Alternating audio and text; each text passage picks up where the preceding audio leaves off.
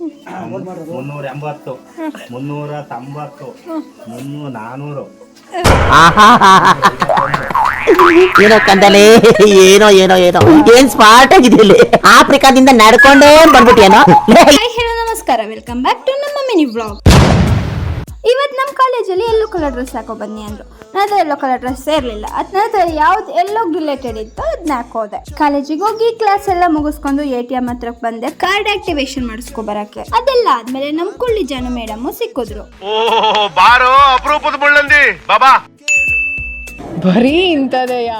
ಅವಳನ್ನ ಮೀಟ್ ಮಾಡ್ಕೊಂಡು ಏನೇನ್ ಕೆಲಸ ಇತ್ತು ಅದನ್ನೆಲ್ಲ ಮಾಡ್ಕೊಂಡು ಮನೆಗೆ ಬಂದ್ರೆ ನಮ್ಮ ಮನೇಲಿ ಜನ ಏನು ಅಂತ ನೋಡಿದ್ರೆ ನಾಳೆ ನಮ್ಮ ಮನೇಲೆ ಪೂಜೆ, ಹಾಗಾಗಿ ಸ್ವೀಟ್ ಮಾಡಕ್ ಬಂದಿದ್ದಾರೆ. 2 ಊರಿಂದ ಇಷ್ಟಿಷ್ಟು ಮನೆ ಒಂದಿನಕ್ಕೆ ಪೂಜೆಗೆ ಅಂತ ಅಡಿಗೆ ಪೂಜೆ ಎಲ್ಲ ಅವತ್ತಿಂದ ಅವ್ರದ್ದೇ ಆಗಿರುತ್ತೆ.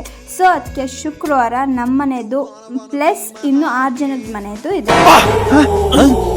ಹುಡುಗಿ ದೇವತರ ಅವಳೆ ಒಂದ್ ಮಣ ಮೇಕಪ್ ಮಾಡ್ಕೊಂಡು, ಹಾಗಾಗಿ ಇವತ್ತು ಬಾದಾಮ್ ಪುರಿ ಮಾಡ್ತಾ ಇದಾರೆ ನಾಳೆ ಸ್ವೀಟಿಗೆ ಅಂತ. ಬರೋಬ್ಬರಿ 350 ಜನದಿಂದ 400 ಜನ ಬರ್ತಾರೆ. ಸೊ ಅದಕ್ಕೆ ಅವರಿಗೆಲ್ಲರಿಗೂ ಸ್ವೀಟ್ ಮಾಡ್ತಾ ಇದ್ದಾರೆ. ನಮ್ಮ ಊರಲ್ಲಿ ನವರಾತ್ರಿ ಸ್ಟಾರ್ಟ್ ಆಗಿಂದ ನವರಾತ್ರಿ ಮುಗಿಯೋ ತನಕ ಫುಲ್ಲು ಹಬ್ಬ.